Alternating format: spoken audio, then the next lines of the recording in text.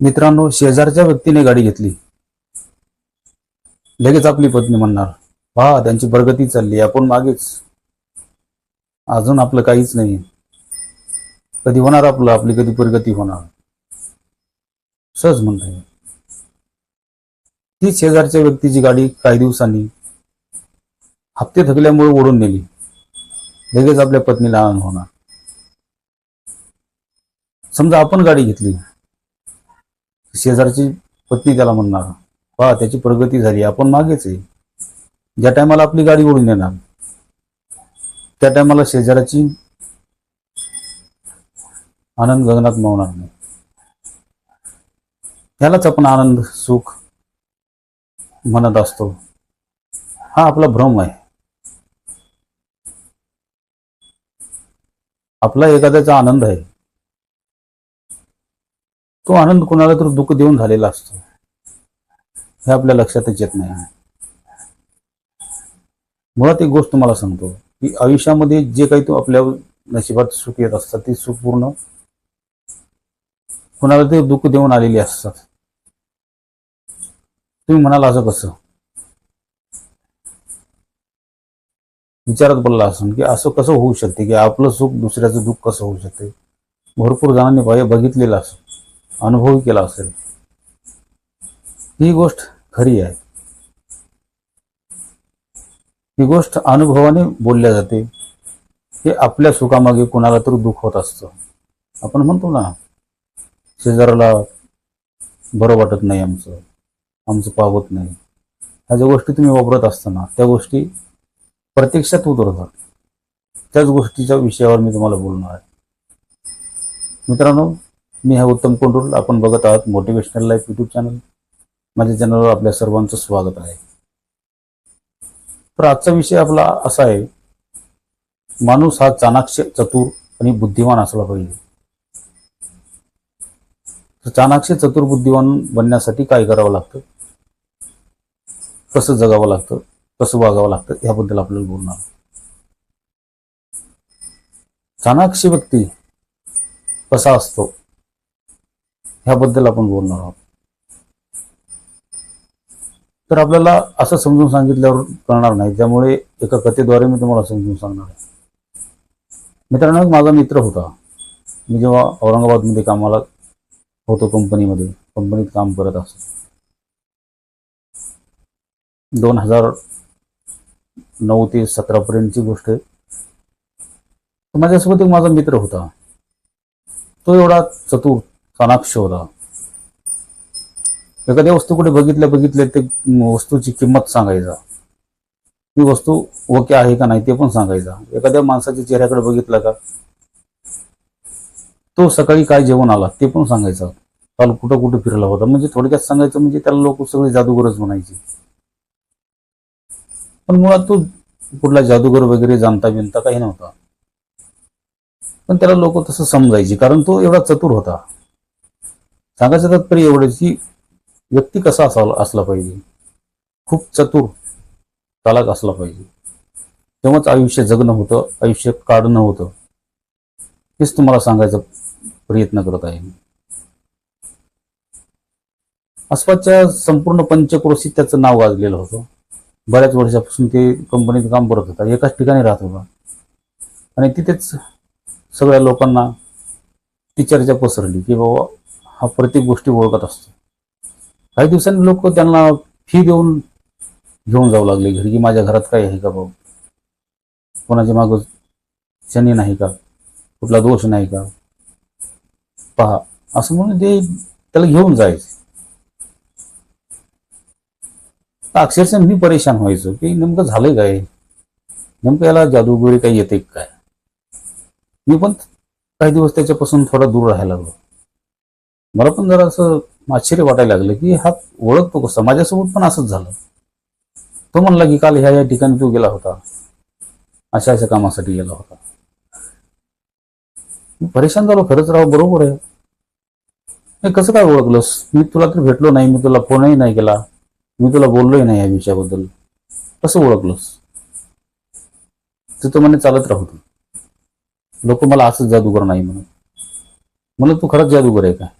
तो म्हणला नाही, जादूगर वगैरे काही नाही. मी त्याला म्हणलं सिरियसली सांग, तर मला जादू वगैरे काही नसते, जादूला मी माणूस सुद्धा नाही. पण तू हे सगळं कसं ओळखतो? त्यावेळेस त्यानं मला सांगायला सुरुवात केली की माणूस हा असा चतुर असला पाहिजे की प्रत्येक गोष्टीकडे असं लक्ष दिलं पाहिजे की त्यामागचा राज, त्यामागचं गुढ लगेच चेहऱ्यासमोर यायला पाहिजे. एवढं चातुर्याने बघितलं पाहिजे असं तो म्हणला होता. तर त्याच्या गोष्टी मला जराशा खोटारड्या वाटल्या. असं वाटलं हा काहीतरी बनवतोय मला. पण त्याच्या त्या चतुरतेवर मला थोडाही म्हणजे असं शक्य वाटलं नाही. असं वाटलं नाही की तो चतुर असेल. मला डाऊटच यायला लागला की तो 100% कुठला तरी जादूगर आहे, बाबा आहे, तपस्वी आहे, याने कुठली तरी सिद्धी प्राप्त केली असं मला पण वाटू लागलं. मनुष्य हा एवढा चतुरही बनवू शकतो हे माझ्या स्वप्नात सुद्धा नव्हतं. पण तो सांगू लागला त्या गोष्टीचं मला असं काही विशेष वाटत नव्हतं, कारण माझ्या डोक्यामध्ये ते भरल्या गेलेलं होतं की अशा पद्धतीने फक्त जादूनेच हे सगळं केलं जातं. मी थोडं थोडं त्याच्यापासून लांब व्हायला लागलो. लोक त्याला फी देऊन घरी घेऊन जायला लागले, पाहायला लागले. एका घरी गेला का 10-15 हजार रुपये सहज आणायचा. पण ती पसरत पसरत पसरत आमच्या कंपनीच्या मालकांना ती गोष्ट कळाली. असंच चर्चेतून चर्चा निघाली की बाबा आमच्या नावाचा माणूस आहे, तो अक्षरशः प्रत्यक्षात काय झालं लगेच ओळखत असतो. आपल्या कंपनीमधल्या बऱ्याच मशिनी अधूनमधून खराब होत असतात, तर तो आवाजावरून ओळखतो की ह्या ठिकाणचा पार्ट खराब झालाय किंवा ह्या ठिकाणचं बोल्ट निघाले, नट निघाला, ह्या ठिकाणचा रॉड तुटला. जो काही तो सांगत असतो ते अगदी खरं असतं. जेव्हा मी खोलून पाहतो ते तोच पार्ट तुटलेला असतो, तोच पार्ट गेलेला असतो, एवढं कन्फर्म सांगत असतो. अशा चर्चेमधून जेव्हा ते मालकाला कळलं तर मग मालकाने त्याला भेटायला सांगितलं. तशी कंपनीचे मालक लोक कोणाला भेटत नसतात, तरी पण मालकांनी त्याला भेटायचा आग्रह केला. 1 वाजता जेवणासाठी सुट्टी होती. मग मालकाला पण भूक लागली असेल, जेमतेम मालक सुद्धा टिफिन घेऊन आले होते. कॅन्टीन मध्ये बसून जेवण झालं मालकाचं, आणि वर्कर लोक म्हणल्याच्या नंतर मालकाच्या कॅन्टीन मध्ये, साहेब लोकांच्या कॅन्टीन मध्ये आम्हाला जाता येत नव्हतं. आम्ही दुसऱ्याच कॅन्टीन मध्ये बसलो होतो जेवायला. मग लगेच त्या मुलाला मालकाने बोलवलं. मालकाचं जेवण झालं होतं, टिफिनचा डबा बाजूलाच ठेवलेला होता. मग तो गेला. मालकाने त्याला बसायला सांगितलं, तो बसला समोर. मालक विचारू लागले, तुझी अशी अशी मी चर्चा ऐकलेली आहे, खरं आहे का, कन्फर्म आहे का? ते म्हणे खरं आहे, मी ओळखतो. मग तू का बाबा आहे, जादूगर आहे, कोण आहे? तो म्हणला मी जादूगर बाबा काही नाही सर. बाबा असतो तर कंपनीत काम केलं असतो का? जादूगर असतो तर कंपनीत काम केलं असतो का? कंपनीचे मालक म्हणाले, मग तू फी घेऊन जातो ना, जे काही पाहतो ते खरं असते का? ते म्हणला खरं असतंय. तर नेमकं तू ओळखतोस कसा? पण सगळ्यात गोष्ट पहिल्यांदा ही आहे की मला ही गोष्ट खरी वाटत नाही की तू काय ओळखत असशील. सांग बरं, मी आता काय जेवण केलं? त्याने एका सेकंदात उत्तर दिलं, तुम्ही आता चपाती, वांग्याची भाजी आणि भात हे जेवण तुम्ही केलंय. ते कंपनीचे मालक परेशान झाले. अरे वा, कसं ओळखलं? ते म्हणे ही तर माझी टॅलेंट आहे, ही माझी कला आहे, या कलेचेच मला पैसे मिळत असतात. कंपनीत काम करत करत सुद्धा लोक मला बोलून घेऊन जात असतात, कारण मी खरं ओळखतो. तेव्हा मालक अचंबित झाले. ते विचारायला लागले, जर तुझ्याकडे जादू नाही, टोना नाही, टोटका नाही, कुठल्याच पद्धतीची सिद्धी नाही, पण तू सिद्धी प्राप्त करशील असाही व्यक्ती दिसत नाही,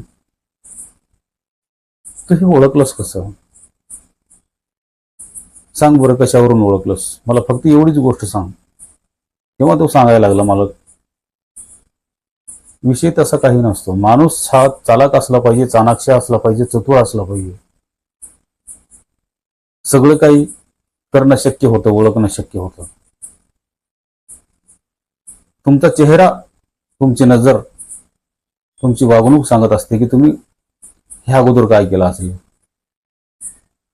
जेव्हा आपण जसे जसे चेहऱ्याला बघून, नजरेला बघून अंदाज काढायला सुरुवात करतो, त्या टायमाला ते अंदाज एवढे पक्के होतात, ते अंदाजच खरे ठरायला लागतात.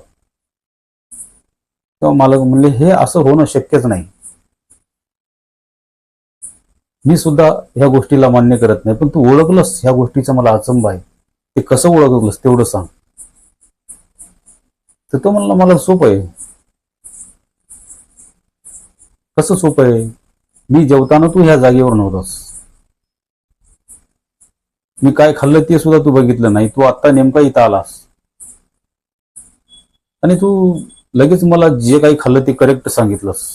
तू कसं ओळखलंस मला सांग. तेव्हा तो म्हणाला सोपी गोष्ट आहे. तुम्ही जे जेवण केलंय, जिथे जेवला तिथेच बसलात. टिफिनचा डब्बा जो आहे, त्या डब्याला, एका डब्याला भाताची शीत लागली होती, एका डब्याला वांग्याची भाजी अडकलेली होती, म्हणजे फोड अडकलेली होती. एका डब्यामध्ये चपातीचा जो पीठ लागत असते बोटाला, त्या बोटाचे ठसे त्या डब्यावर उमटली होती. फक्त मी चतुरतेने, तर्कशुद्धतेने, सगळीकडे तर्कतेने पाहिलं, ते तेव्हा माझ्या लक्षात आलं. ते मी ते सांगितलं. तो मालक परेशान झाला. खरंच तू चतुर आहेस, बुद्धिमान आहेस, चालाक आहेस, चाणाक्ष आहे. जगामध्ये प्रत्येक व्यक्ती असा का बनू शकत नाही?